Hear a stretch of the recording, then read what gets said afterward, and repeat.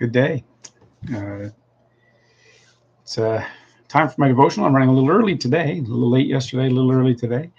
But this is the point in the day that it's going to work best for me. So I just thought I would take a moment and do the devotional. So um, we're going to do that here in Nova Scotia today. It's a warm day. It looks like the temperature is going to be going a little higher still. Nice hot July day. So I hope your day is going well. So as we've been doing, we're working our way through Proverbs verse by verse. The whole point of this devotional is to move through this book of the Bible. This was called a wisdom book of the Bible, and to do it verse by verse. And for most of our devotional through the book, that'll work really well. Today I'm going to do just one verse, but I'm going to do a little bit more. So what I'm going to do is I'm going to read verses 11. 12, 13, and 14. So I'm going to read those four verses. We're going to just focus on the one, but I'm going to read all four because it's a full sentence, and so I want to just give the context of the sentence or the fullness of the sentence. So Proverbs chapter 1, verse 11 says, "If they say, 'Come with us, let us lie and wait for blood. Let us ambush the innocent without cause.'" And then it goes on to say, "Let us swallow them alive like Sheol," which is a word for the grave, "even whole as those who go down to the pit. We will find all kinds of precious wealth. We will fill our houses with spoil. Throw in your lot with us. We shall have one purse." So that's the full four verses, the sentence of these evil people calling to the son, or you, the one that is being tempted, as we talked about yesterday.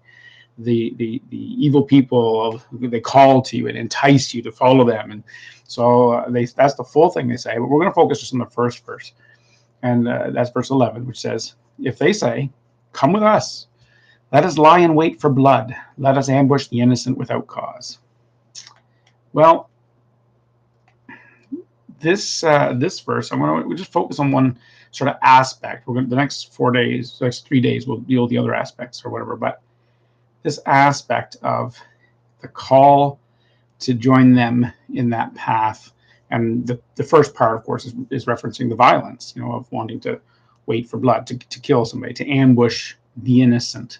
And it's interesting that they focus on the innocent. It's not like ambush on the guilty, or let's go find somebody in spite of their guilt or innocence.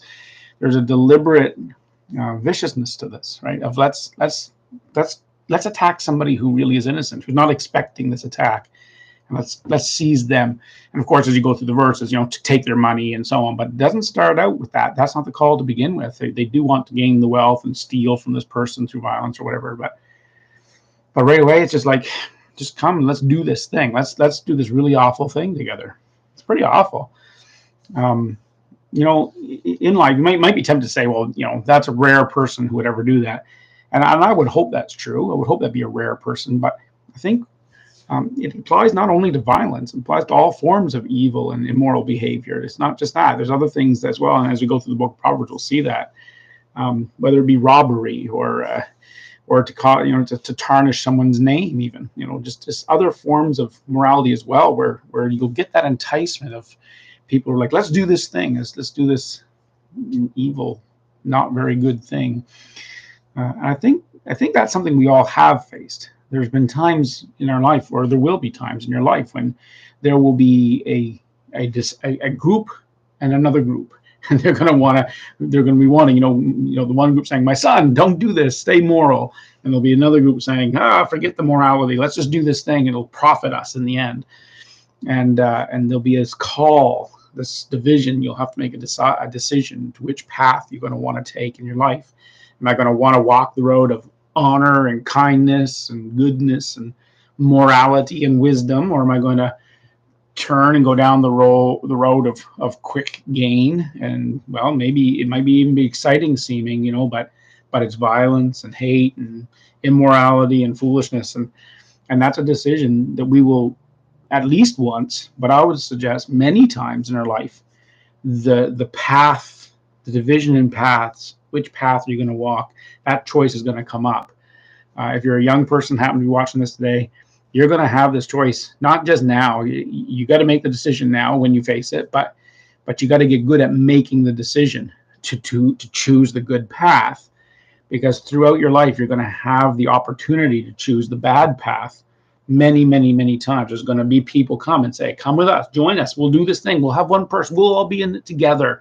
And they'll create this idea that we can be a community in this evil thing. And that's a real thing. And you just have to go through the pages of human history to see the many times that entire societies have chosen a bad path and they've gone together to have one person in some evil pursuit. And history is just full of examples of this. And in individuals, we will face this too.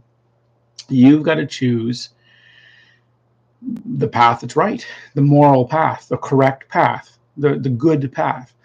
Here's the thing that'll happen. Whichever path you pick, you will end up considering it the good path. It's one of the weird things about our psychology is that once we invest in a path of life, once we invest in a course, we have a tendency to try and find ways to affirm it and say it was a good decision. Now, sometimes we do later in life look back and we regret and we realize I made a bad choice. But quite often what we'll do is, at least at first, and even as we go into it, we'll often try and justify it to ourselves. And you'll start to kind of, well, the term is sear your conscience. If you choose the good path, you're going to go the good way, but you'll see it as good.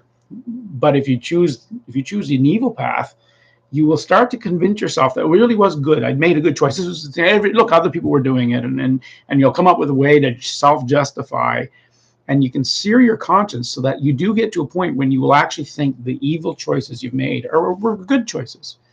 The Bible talks about this, how as human history goes on, and whenever societies devolve into this, they come to this place where they call evil good and they call good evil, and they flip, right? And it's a real thing. And so it's really important to choose the good path and to reject those trying to entice you down the bad path. So as with my other devotionals, 4 questions. And question number 1, is there any such thing as good and evil? Some people will ask that question. Is there really any such thing? And I would say, yes, absolutely. And what's more, there is, right? Now, we could argue about what is good and what is evil. But what seems to be pretty universal in the human species, except for very rare cases of people born with what seems to be no conscience. But even then, I'm not sure. There seems to be a pretty broad, almost universal sense that there is such a thing as good and evil. That seems to be built right into the species. We just have a perception of it. And so is there such a thing? Well, absolutely there is. And so, like I said, we can argue about which things are good and evil, but there is such a thing as good and evil. And so in your life, if you decide and you say, I'm going to be confronted with the question of good and evil and choosing a lifestyle of good or evil, if you decide now, I'm going to choose the path to noble outcomes, to being a good person, rather than becoming a villain, then you're ahead of the game. And so, yes, you can sort out the details later, but you're at least ahead of the game, saying, I'm not going to just listen to these people who are saying, let's go do this thing that's not good. I'm going to be ready to assess it and decide, is that a good path or not a good path? Question 2, how can we know if evil is just a construct? So there's this idea that's been growing in popularity that everything we do is just a construction of our society or our culture or whatever. And I would argue that no, good and evil is not a construct. It's built in, right?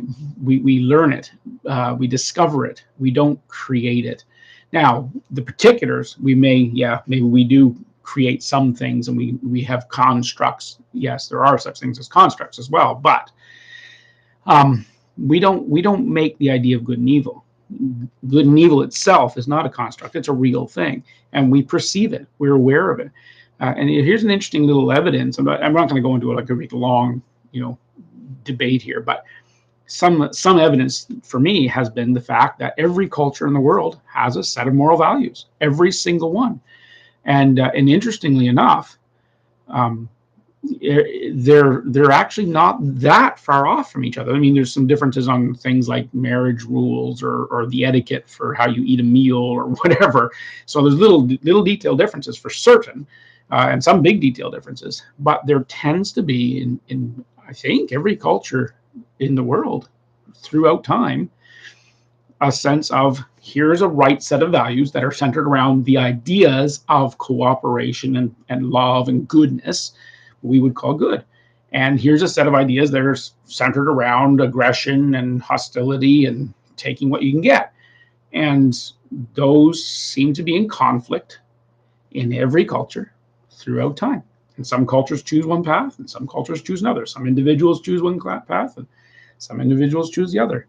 And generally, when they choose the good path, the one of cooperation and goodness and love, those cultures eventually build. And the ones that choose the other, they may build for a short time, but then they have disaster. And that just seems to be kind of the way it is. But anyways, but even so, even if you disagree with me and you say, no, you know what, good and evil is just a construct. So what if it is just a construct? It still exists as a construct. Either way, it's a thing. So choose good, right? Choose the good, and that's just a much better choice in life. You'll end up in a better place. So question 3: if it is a construct, then can't we change it? Right. So this is one of the dangers of thinking of good and evil merely as a construct of human culture. It means that you can change it all you want, and so then you can call good evil, and you can call evil good. Why not? It's just a construct anyway. You can change it. And what it is just another way for us to rationalize bad behavior and bad decisions and bad ways of life. And we've got to decide that the moral code is not really so much up to us. And I, here as a Christian and as looking at the Bible, I would say the argument, once again, the fear of the Lord is the beginning of knowledge. You want to know what good and evil is? Start with a fear of the Lord. That's question 4. How can I know what good and evil is? Well, start with the fear of the Lord. God brings us, he shows us what is good and evil. And he does, it's not just arbitrary. It's not arbitrary at all. It's not like God just sat down one day and thought, oh, I'll make up a bunch of rules. No, he gave commands, and he gave a moral code that was based on his own nature, his own goodness.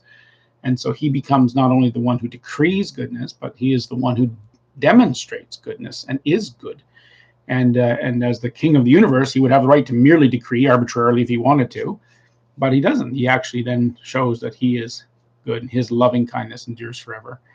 And so it doesn't do well for any individual or society to decide that our moral code can just be the matter of what the group decides, because then you'll always have a group saying, come with us, let's lie in wait for blood, let's ambush the innocent without cause, right?